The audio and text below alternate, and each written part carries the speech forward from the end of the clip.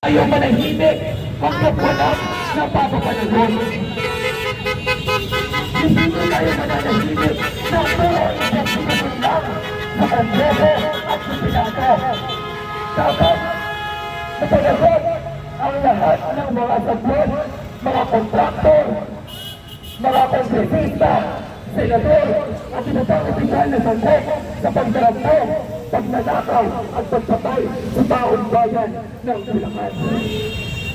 Pero mga kasama, muli po natin parinig, ang tao, ang bayan! Ngayon ay lumalaban! Ngayon ay lumalaban! Ang tao, ang bayan! Ang tao, ang bayan! Ngayon ay lumalaban! Ngayon ay lumalaban! Ang tao, ang bayan! Sa piling turapot! Sigiling panagutin!